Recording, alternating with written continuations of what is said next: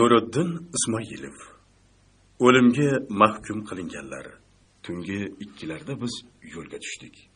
Mashina ruliga men o'tirdim. Chunki ertalab Abdukarim aka yana ortiga qaytishi kerak edi.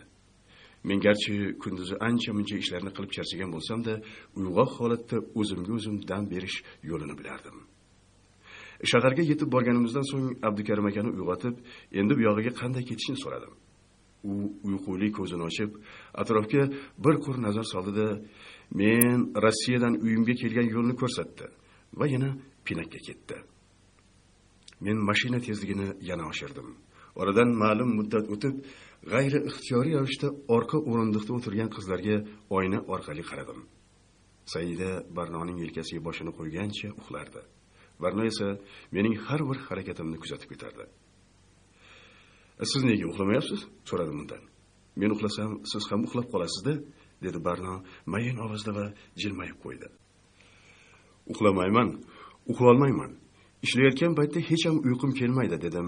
Men ham oyna orqali unga kulib qarab va ayni chog'da Abdukarim aka uyg'onib qolib, har xil xayollarga borib yurmasin degan o'yda unga ham nazar solishni unutmadim.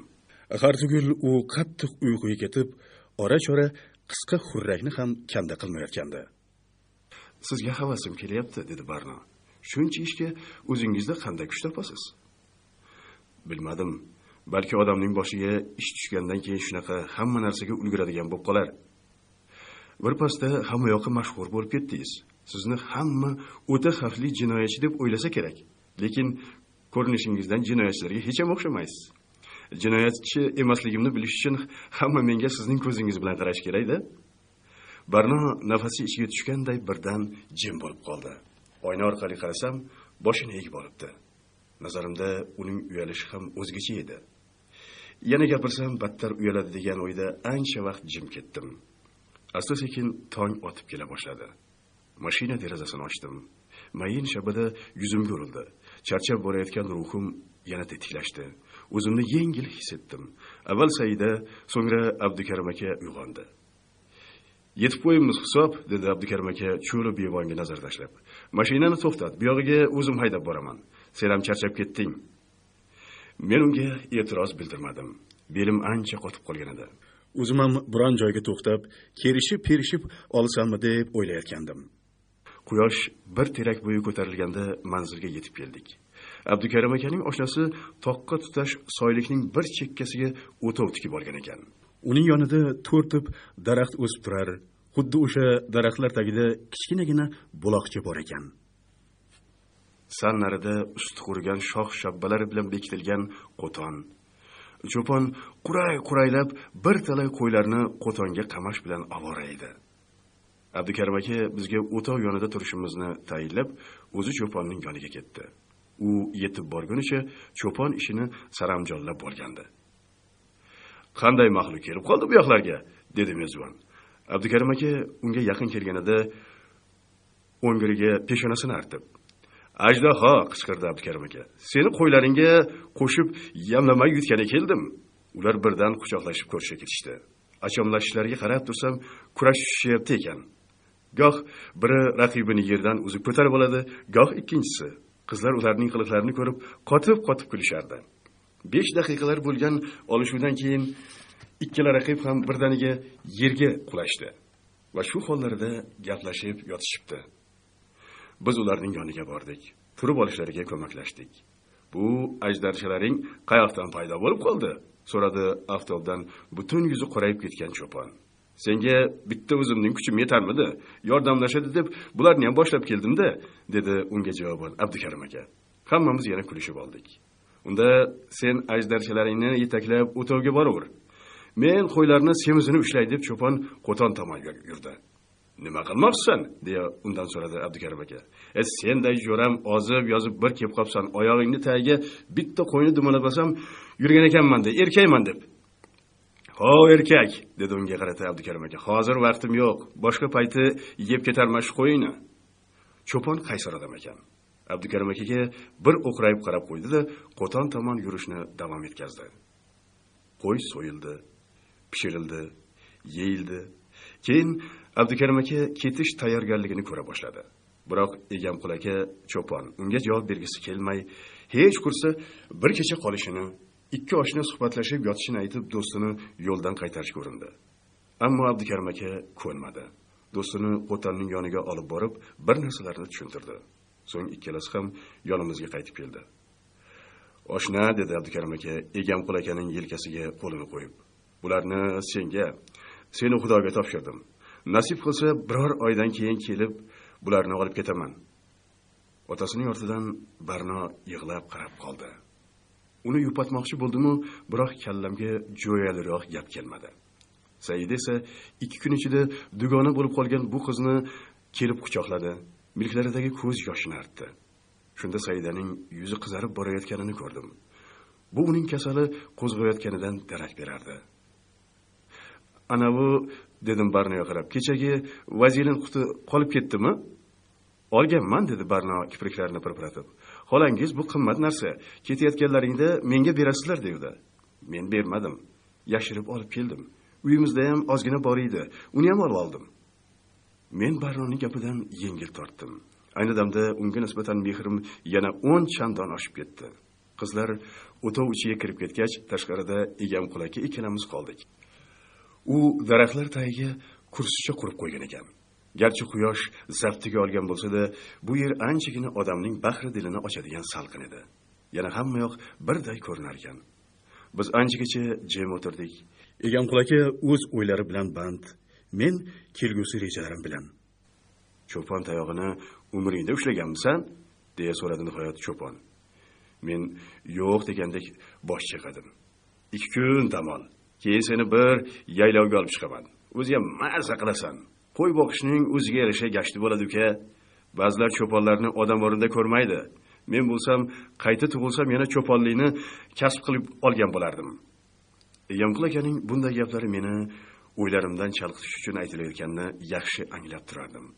Chunki men odamning ichidagi fikrini qisman bo'lsa-da o'qish mashqini ham olgandim-da.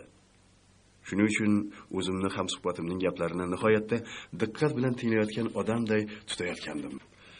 Xayolim esa otamda, uning hozir qay ahvolda ekanligida edi. "Singlingning mazasi yo'q", deb aytdi jo'ram, dedi Egamqul aka. "Ha, shunday. Bir paytlar otam rahmatli hov anavi deya uzoqdagi tog'ni ko'rsatdi.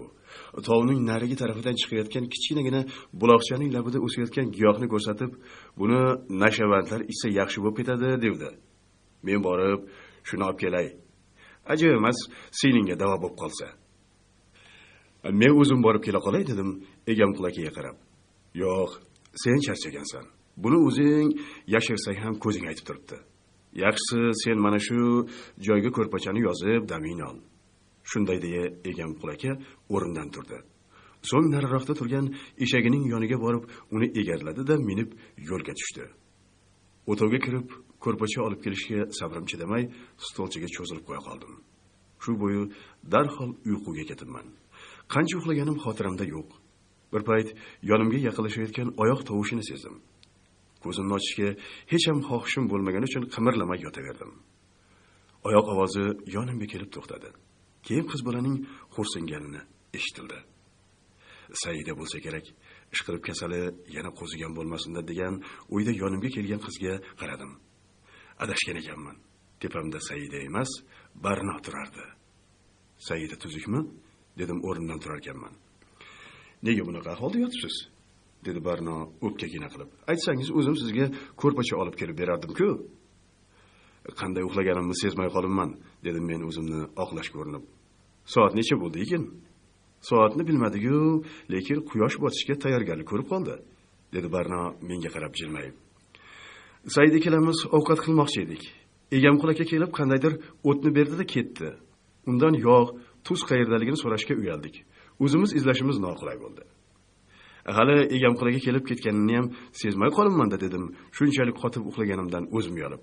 So'ng muzdagina buloq suvida yuzimni yuvdim-da, singlimning ahvolini bilish uchun o'tovga qarab yurdim. Odamning irodasi bo'lsa, har narsaga chidashga qodir ekan. Saidaning shunchalik azob chekishiga qaramasdan, o'zini tutib turishiga qoyil qolmasdan ilojim yo'q edi. To'g'ri, u onda-sonda vazilin qutidagi nashaning qorachasidan yalab turardi.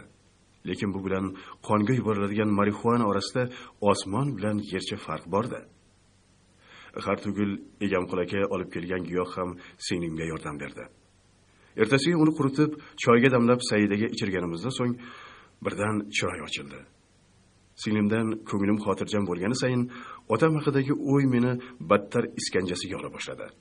Ertaroq bu yerdan ketishim, otamning holidan xabar olishim zarur edi. Qolaversa, ukamning xunini ham qiyomatgacha cho'zish niyatidan yiroq edim. Shu bois Egamqul akanikiga kelganimizning 3-kun unga uyimga borib kelmasam bo'lmasligini aytdim. U o'ylanib qoldi. So'ng otangdan xabar olishing yaxshi, lekin o'zingning joning xavotirda dedi. Meni qo'yavering. 3 kun mana shunday bahavo joyda dam oldim. Bu menga ancha yetadi. Endi otamni ko'rmasam bo'lmaydi, lekin ma'lum vaqtga singillarimni shu yerda qoldirmoqchiman. Singillaringdan hech ham tashvish chekma. Bu yer eng bexavotir joy. Uning ustiga ikkalasi ham odobli qizlar ekan. Qara, hamma yoqni chinniday qilib qo'yishdi. Men ikkovini ham o'zimning qizimday ko'raman. Seni ham qo'yvorgim yo'q. Lekin ushlab ham qola olmayman. Mayli, ketsang omadingni bersin. Faqat o'zingga ehtiyot bo'lgin. O'sha kuni kechasi ketish tayyorgarligini ko'rdim. Qo'y junidan nozikkina qilib mo'ylov yasadim. Uni burnim tagiga yopishtirdim. Yarashdi. Keyin shu yo'l bilan qoshimni ham kengaytirib oldim. Bunisi garchi mutlaqo o'tirmagan bo'lsa-da, unchalik xunuk ham qilib qo'ymadi. Mendagi o'zgarishlarni Saida bilan Barno ko'rib, qotib kulishdi. Lekin tabiiy shunaqa ham bo'lishi mumkinligini aytishdi. So'ngra ikkovlashib meni sariq sochdan xalos etishdi. O'zi ham umrlarida ikkov ham soch olib ko'rmagan ekan. Boshimning bir-ikki joyini qoratib ham qo'yishdi. Ertasiga tongda yo'lga chiqdim. Meni kuzatayotganda Barno, "Albatta qaytib kelaman deb va'da bering", dedi ko'ziga yosh olib. Men uning ko'z yoshini ehtiyotkorlik bilan artib, "Kelmay qayoqqa ham borardim", deya hazillashdim-da, ortimga burilib, ildam qadam bilan yurib ketdim. Bu yoqqa kelayotganimizda katta yo'l unchalik ham uzoq tuyulmagandi. Yoki mashinada menga shunday ko'ringanmidi bilmadim. 2 soatdan mo'lroq yurganimdan keyingina asfalt yo'lga yetib keldim. Bu yog'iga mashina kutish boshlandi. 4 ta yengil mashina to'xtamay o'tib ketdi. 5-inchisi kelayotganda yo'lning o'rtasiga turib oldim. Odam bosib ketgisi kelmadi shekilli to'xtadi. Avval boshda "Mindirmayman" deb tiqirlik qilib turdi-da, "Yaxshilab rozi qilaman" deganimdan keyin ko'ndi. Taxminan 3 soat yurganimizdan so'ng qo'shni viloyat markaziga yetib bordik. Men bozor yonida tushib qoldim. Maqsadim vaziyatni bilish edi. Vaziyat men kutganimdan ham battarroq ekan. Har qadamda mening suratimni osib tashlashibdi. O'ta xavfli jinoyatchi ekanligim o'xshatib yozilgan. Hatto mening qayerdaligimni bilib xabar berganlarga mukofot ham e'lon qilinibdi. Mening ana shunday reklamalarimdan birini o'qiyotgan o'zim tengi yigit bilan qari cholning yoniga borib turdim. E'tibor qilarmikin degan o'yda. Bolasining gaplarini tinglab turgan chol suratimning nusxasiga termilib turdi-da, "Bu bola yozilganiday jinoyatchiga o'xshamaydi. Ko'z aytib turibdi. Boshqa gap bormi deyman-da", dedi. Uning mulohazasini eshitib, ko'zimdan yosh chiqib ketayozdi. Shu bois darrov ortga chekindim. Taxminan yarim soatlar bozorda aylanib, hech kimda shubha uyg'otmasligimga amin bo'lgach, bozordan chiqib, Univermak oldiga borsam, olomoni milisa to'plangan, qiy-chuv bo'lib yotgan ekan. "Nima bo'layapti?" deb so'radim eng chetda turgan odamdan. Bittasi abetda hamma tushlikka ketganidan foydalanib, Univermakka o'g'irlikka kiribdi. Keyin uni sezib qolishibdi. Shunda u do'konning yonidan o'tib ketayotgan yoshgina ayolning 5 yashar bolasini tortib olib, magazin ichiga kirib olibdi. Hozir bolachaning bo'yniga pichoq tirab, hammaning bu yerdan ketishini talab qilyapti, dedi. Men magazin ichiga qaradim. Dar haqiqat, bolaning bo'yniga pichoq tiragan odam tashqariga qarab baqirmoqda edi. Tashqarida esa bolaning onasi sochini yulgancha dod-voy solib yig'lar, milisalardan bolasini qutqarishini yalinib yolvorib so'rardi. Ular esa o'zaro maslahatlashib chora axtarishardi. Mening ichim yonib ketdi. Ana bu ahmoq pichoqni sal botirsa, bolani o'ldirib qo'yishi hech gap emasdi. Atrofga qarasam, Univermakning shundoqqina yonginasida katta karton quti turibdi. Darrov milisa xodimlaridan birining yoniga borib, "Men KGBdanman. O'g'ov ana qutilarni ko'tarib, magazin oynasiga tekkazing", deya buyruq berib, yonimdan oddiygina qog'oz chiqarib unga ko'rsatdim. Bu oddiy qog'oz militsiya xodimining ko'ziga KGB vakilining guvohnomasi bo'lib ko'rindi. Chunki men uni gipnoz qilishga ulgurgandim. "Xo'p bo'ladi", deya u aytganini bajarish uchun yugurib ketdi. Karton qutilar deraza oynasiga tekkanini ko'rgan o'g'ri e'tiborini shu tomonga qaratdi. Men vaqtdan foydalanib, yugurganicha do'kon eshigi yoniga borib yotdim. Bu paytda mening qilig'imni ko'rib qolgan militsionerlar "Ho, nima qilyapsan? Qayt orqangga!" deb baqirib qolishdi. Ularning baqirishi ham o'g'rini biroz chalg'itdi. Bu esa yana menga qo'l kelib, do'kon ichiga kirib oldim va kiyim rastalari ortiga yashirindim. Buni shunchalik tez bajardimki, o'g'ri mutlaqo sezmadi.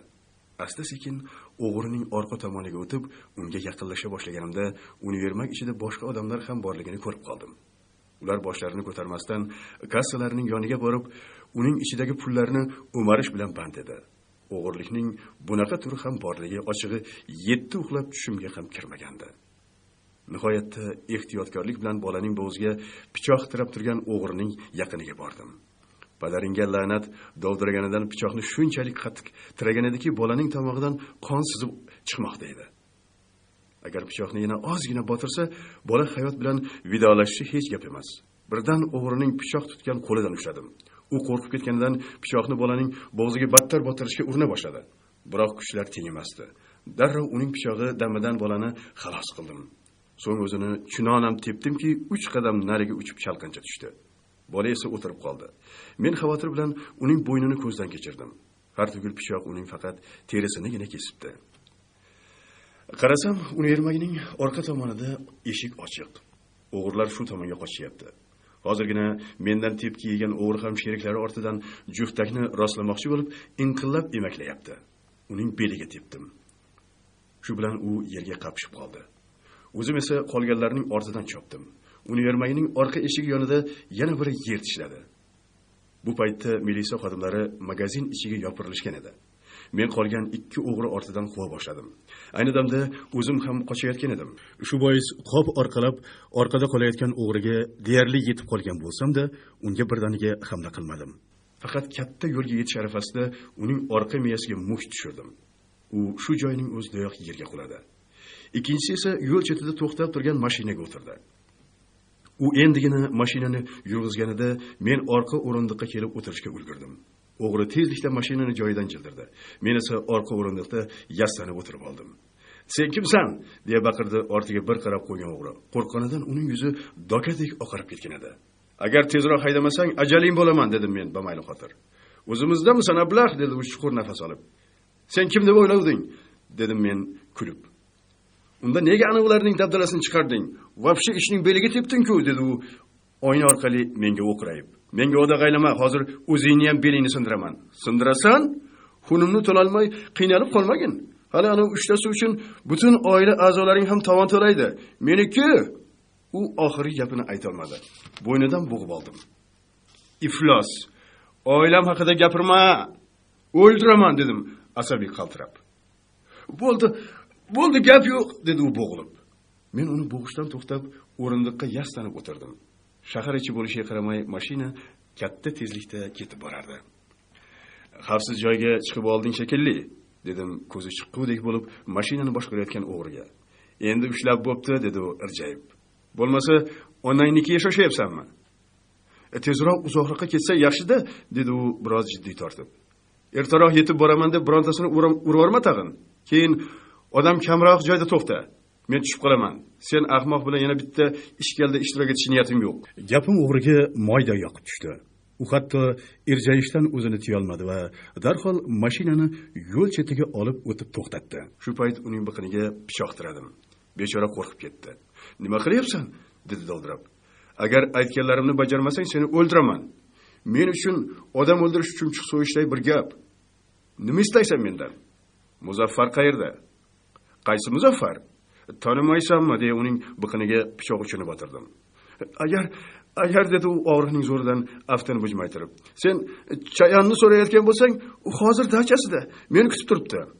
"Nega seni kutadi?" "Qarzim bor." "Qanaqa qarz?" "Magazinlardan do'la yig'aman. Shu safar ozgina ishlatib qo'yuvdim. Shunga univermak direktori bilan kelishib, magaziniga o'g'irlikka tushuvdim." "Demak, univermak direktori o'g'irlik qilishlaringni bilgan. U senga do'la bermaydimi?"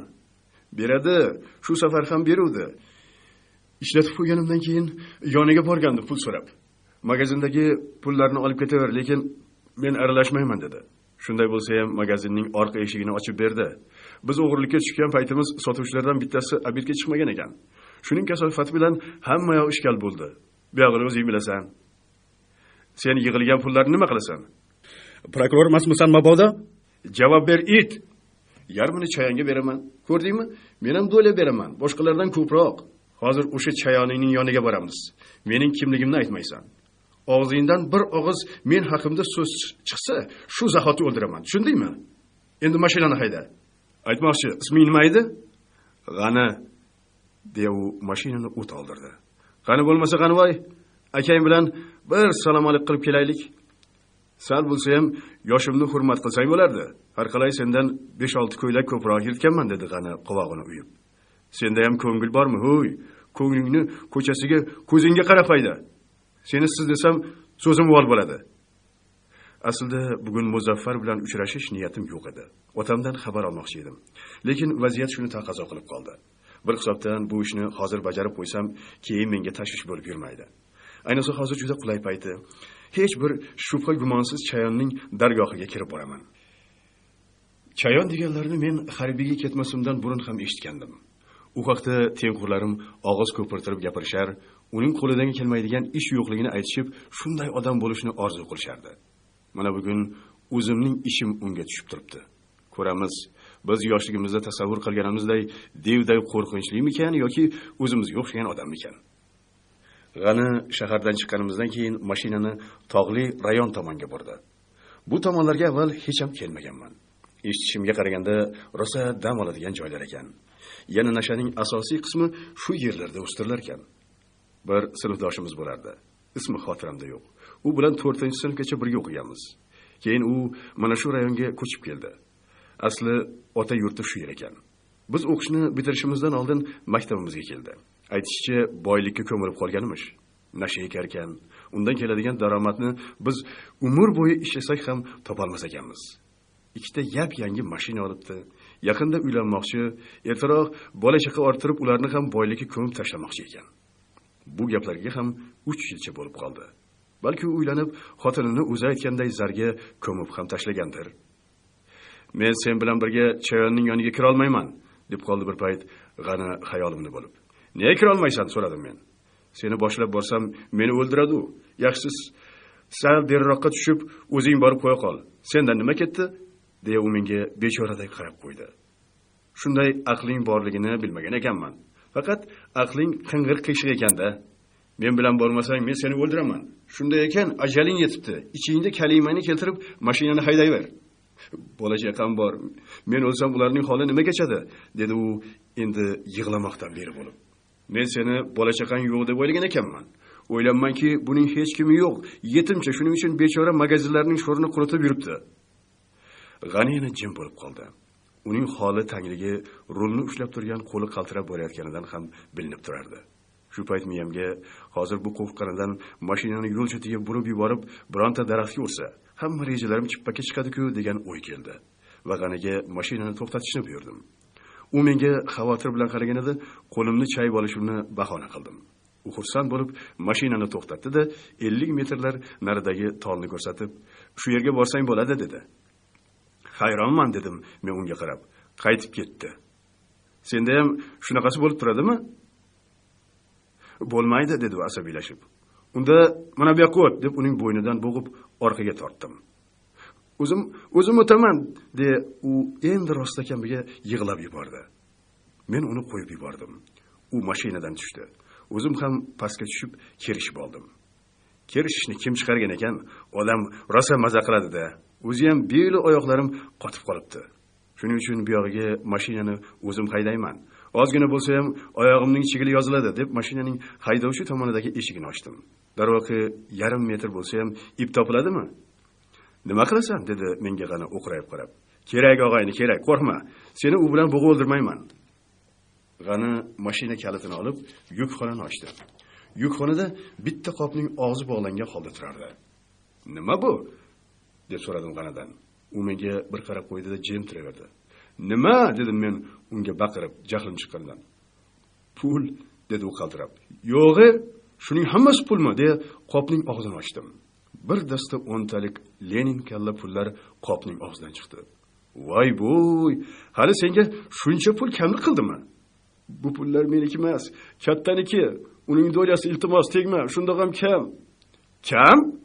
Dedim unga hayratlanib qarab. Bu pulga yarim shaharni sotib olsa bo'ladi-ku. Kamiga balo bormi? Bu bir kvartalniki. Qoyile, butun SSSRning puli sizlarda ekanda. Senga bitta taklif. Mana shu pullarni arra qilamiz-da yo'qolamiz.